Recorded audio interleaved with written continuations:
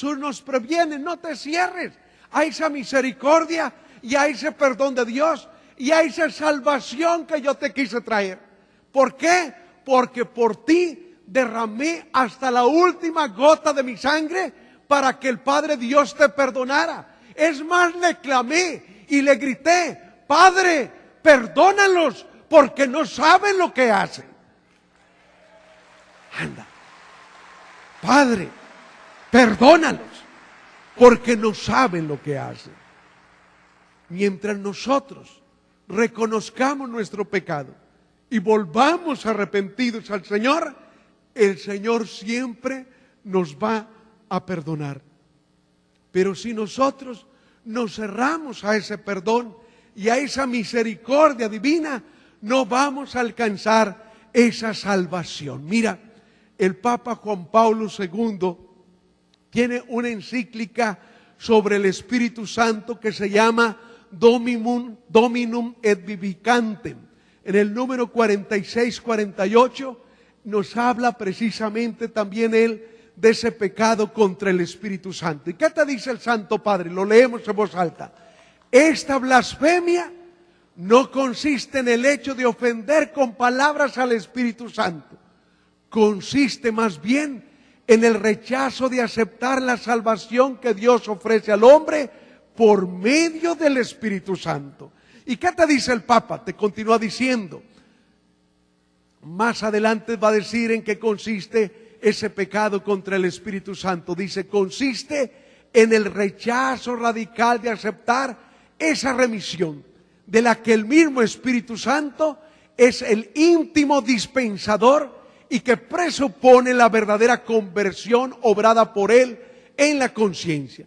Si Jesús declara imperdonable este pecado, es porque esta no remisión está unida como a su causa a la no penitencia, es decir, al rechazo radical a convertirse. Esta no es palabra de Dios, pero sí, palabra de la iglesia, palabra de un sucesor de San Pedro, de alguien que con la autoridad y la unción del Espíritu Santo nos ha explicado en qué consiste este pecado.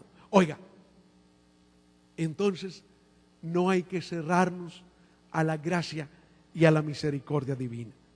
Es muy triste encontrar datos en la Sagrada Escritura de pueblos enteros que se cerraron al perdón y a la misericordia de Dios. Ahorita se me viene a la mente aquel texto del Evangelio de San Marcos y de San Mateo, que también lo traen estos dos evangelistas.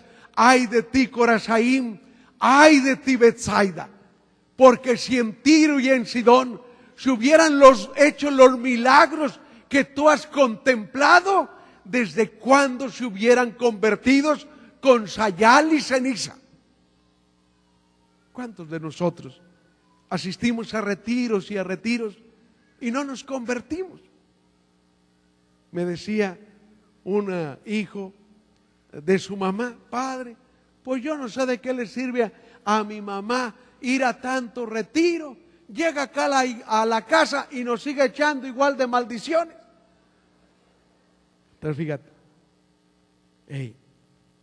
ay de ti, Corazaín, ay de ti, Betsaida. San Pablo, en la carta a los Romanos, en el capítulo número 1, en los versos 26 y siguientes, ¿qué te dice acerca de los romanos? Lo leemos en voz alta. Por eso los entregó Dios a pasiones infames, pues sus mujeres invirtieron las relaciones naturales por otras contra la naturaleza.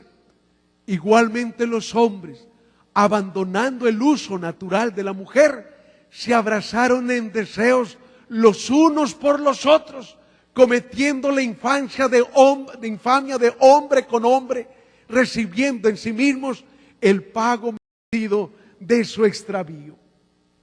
Continúa en el verso 28 esta carta y dice: y como no tuvieron a bien guardar el verdadero conocimiento de Dios, los entregó Dios a su mente insensata para que hicieran lo que no conviene, llenos de toda injusticia, perversidad, codicia, maldad, henchidos de envidia, de homicidio, de contienda, de engaño, de malignidad, difamadores, detractores, enemigos de Dios, ultrajadores, altaneros, fanfarrones, ingeniosos para el mal, rebeldes a sus padres. No crean que estoy pasando lista, son puros pecados que está diciendo San Pablo. Muchos de ustedes ya comenzaron a decir presente, presente, presente.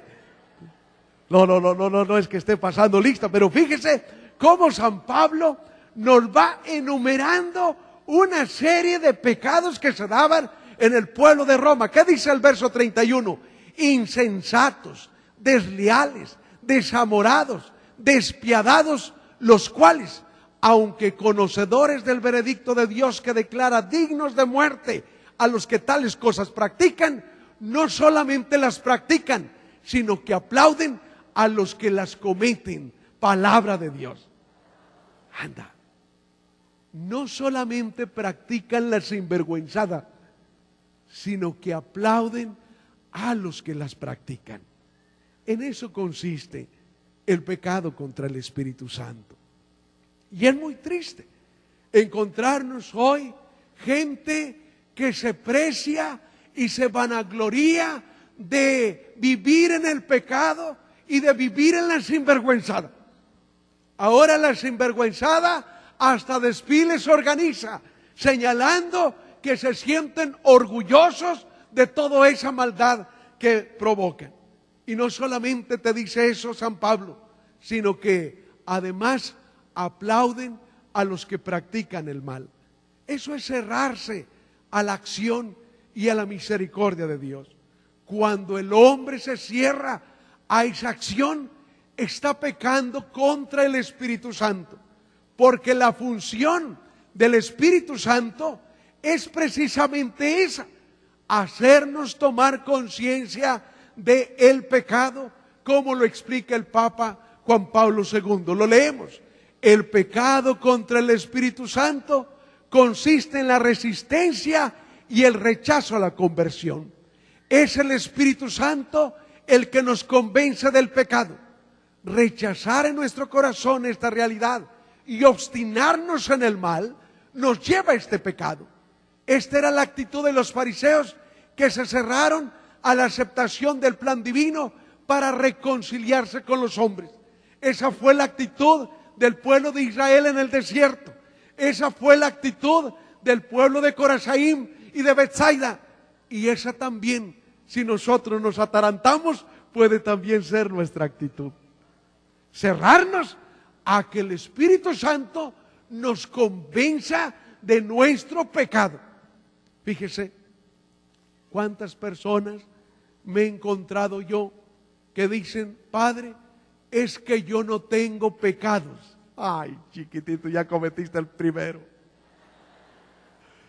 Pecado de soberbia y sinvergüenza. Ese es el primer pecado que tienes. ¿Por qué? Porque te está cerrando a la acción del Espíritu Santo. Cuando una persona me llega así diciéndome: Padre, no tengo pecados, lo primero que hago es orar por él, para que el Espíritu Santo venga sobre él y le haga tomar conciencia de su pecado. Fíjese cómo actúa el Espíritu Santo. Recuerdo que allá en Apatzingán, en un congreso, hacemos también así congresos como estos. Me acuerdo que ese fue uno de los primeros congresos que hicimos allí en Apatzingán. Después del congreso, como a los 2 días de que habíamos terminamos el domingo, esa persona llegó el martes en la mañana, eso de las 11 de la mañana, entró una conocida amiga mía, una mujer, que entró a mi oficina llorando. Yo me levanté